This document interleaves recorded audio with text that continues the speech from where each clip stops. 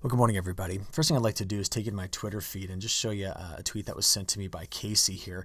He's down in the northern parts of Texas and just took a great photo here, showing us the view of some of the storms that came through last night. What I loved about it is these storms that were in Texas came through with very little severe weather, but they did deliver a whole lot of rainfall. And what they're a part of is this system right now that features a trough of low pressure off of California. So showing you some satellite data from yesterday.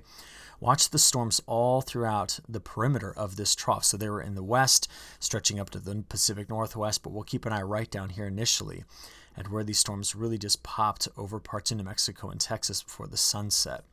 And it was just amazing to see the moisture returning to this area.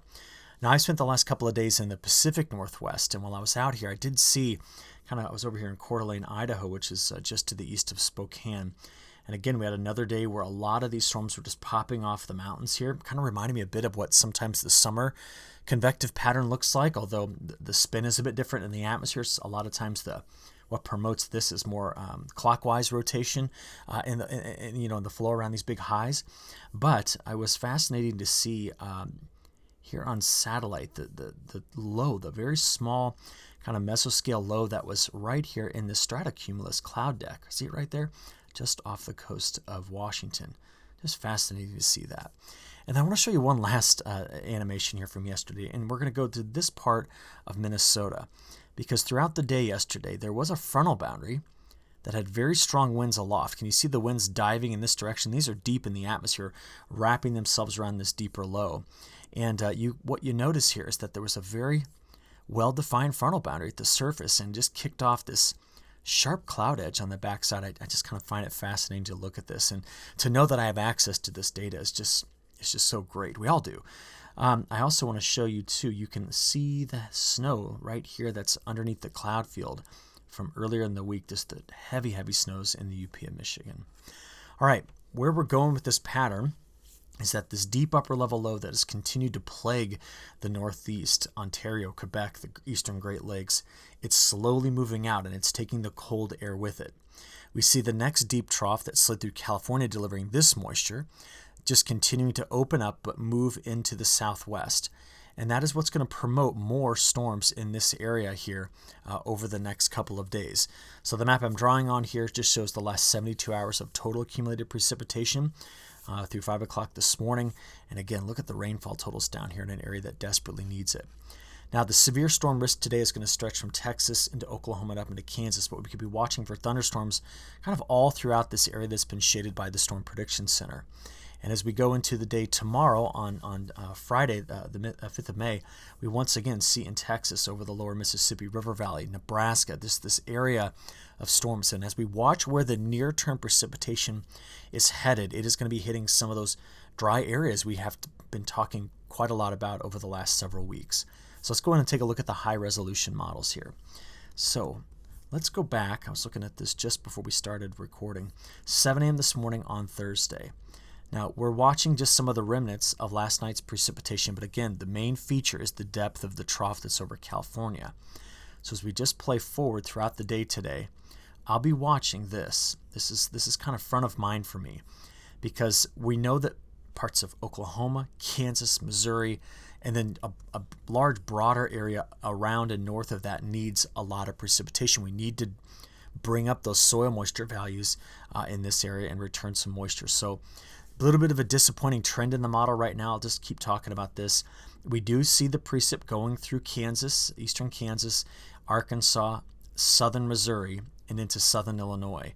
But the difference is that earlier in the week, we saw the northern edge of this precipitation getting a bit farther to the north, where I just drew that arrow. And now some of the latest data are keeping it a bit farther to the south. There will be some scattered precip to the north in the day on Friday here. But notice what happened in the west during this entire time period. Let's go back and watch it. That much deeper trough in the west continues to kick off a lot of scattered convection, a lot of moisture coming out of the kind of southeast to northwest trajectory going into the Pacific Northwest. And playing again through the day on Friday, taking this all the way out to Saturday morning. We need to watch the progression of that trough, what it might mean for snow in the west, and then where it opens up going into this weekend, the moisture return for repeated chances of showers and storms. All right. Now, thinking about where we go after the next couple of days, I just want to take you here to early Sunday morning and have a look at this jet stream pattern. We notice two components coming into the United States. There is a subtropical component to this jet, and there is a polar branch to this jet. And normally when we see this, we start to watch the central United States for better chances of moisture return. This does keep the West Coast cooler. This does keep the West Coast wetter as well as this comes through. But playing this out through early next week, this is out there Tuesday, Wednesday, the top thing I'm watching is just the depth of this trough that's here over the Four Corner States, the subtropical component of the jet that's feeding it, and how strong the Pacific jet is behind it. Because at this time of year, we're looking for anything to split the flow over the west. We're looking for anything that can drive these troughs into the Four Corner States and open up the flow into the central United States, just to put moisture into the breadbasket and then watch it advect or move to the east to deliver rains to the eastern part of the United States.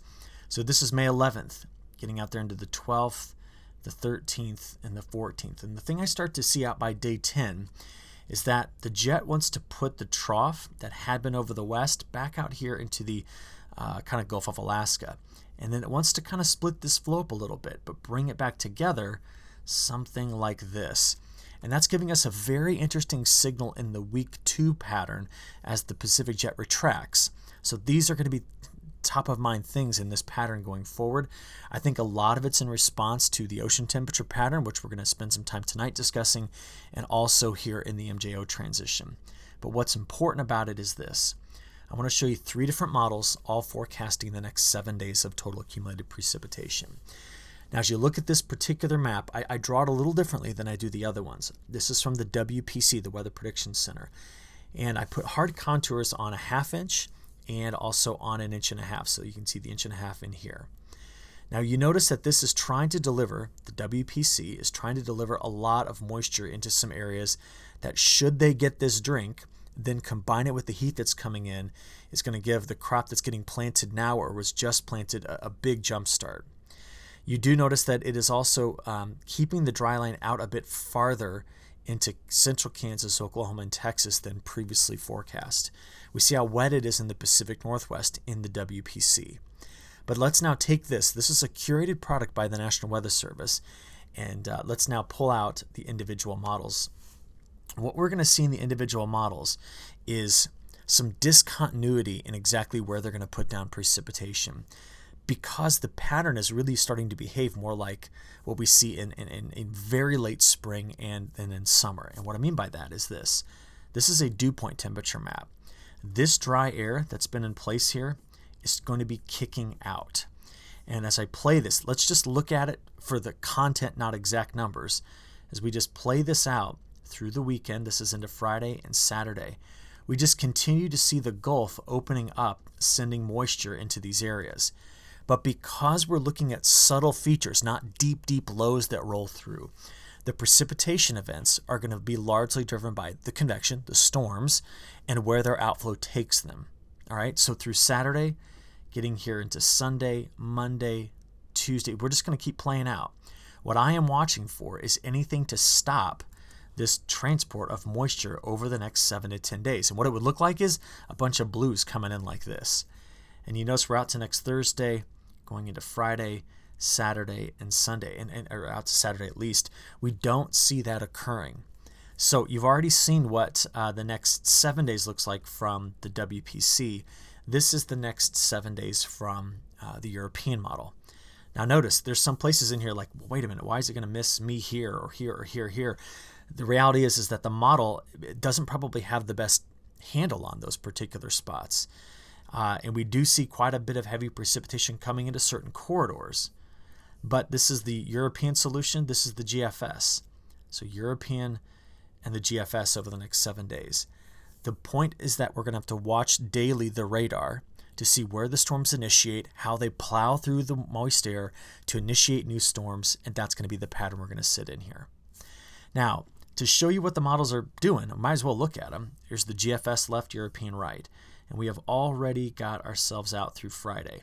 So notice, let me just take you back. 7 a.m. Friday, see where the moisture is now in Missouri? Earlier this week, that was much farther to the north, hitting this whole region. in the GFS and in the European. And now we see that most of that moisture staying in southern Illinois, southern Missouri, hitting Tennessee and Kentucky. You then see going into Saturday the better chances here in the western Corn Belt and upper Midwest of seeing some precipitation. That's early Saturday morning, playing through the rest of the day. But you know that corridor stays open. So if I just play through Monday into Tuesday into Wednesday, do you notice how we just keep seeing the models initiating the chances for storms in these areas as we play out over the next week? One way to distill this, though, is to look at a probability map. And this is showing you the probability over the next 10 days of getting at least an inch of precipitation. The biggest trend downward had been in this corridor right in through here, where these probabilities have gone from being in this kind of 60 to 80% now down into the 40 to 60% range. That was the biggest change we saw in some of the overnight model runs.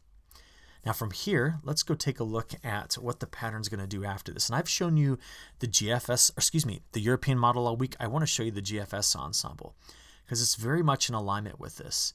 You notice that we undo that block, so we send the trough out. The ridge comes back here. With troughs of low pressure coming over the west coast, we just see through the weekend that southwest flow we've been talking about. That's the thing that initiates those storms.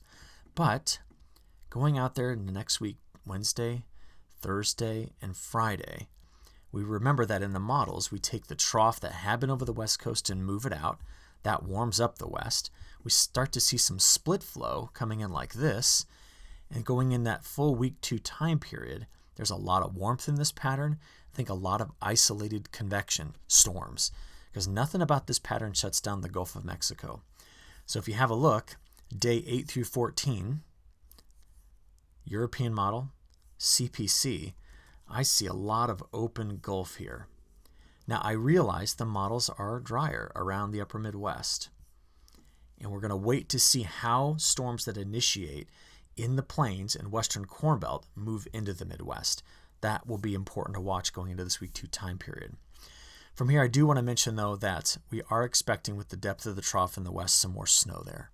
So just playing through the next week, looking at total snowfall accumulation north of the Snake River Valley, parts of the southern Cascades, the Sierra Nevada, the interior of Nevada, still looking at more snow possibly being accumulated. Now, I got a chance to fly over these mountains the last couple of days, and I can confirm what we're seeing here from satellite.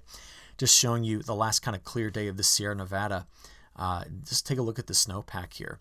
You compare that to a year ago, there's significantly more snow than we had a year ago sitting in the Sierra Nevada, meaning that as this warmth comes back, we're going to watch a lot of this melt. Over the next 7 days, this is where I have the frost risk, and a lot of this is patchy and already happened this morning. So I generate this map at 4 a.m., and you can see, though, the patchy kind of frost that was over here on the eastern side of the country. Most of this is all confined to high elevation, all right? And if we take a look at what the temperatures are doing, this is the next 7 days from the National Digital Forecast database. High temperatures. So playing forward, the west shows a cooling trend. This is due to rainfall on Friday, why we're cooler here. And we're still watching the cold air exit in the northeast. This is Saturday, getting into Sunday, Monday, Tuesday. Look at the warmth here. This is all warm, moist air coming into this area. Getting out into Wednesday. That's a full week out. You see here that over the next 7 days, we're now accumulating quite a bit of growing degree day units in this area, from Texas up to Iowa, and then back down here over toward North Carolina. So really bringing some heat back into this region. Finally, what do the 15-day outlook of the temperature patterns actually look like?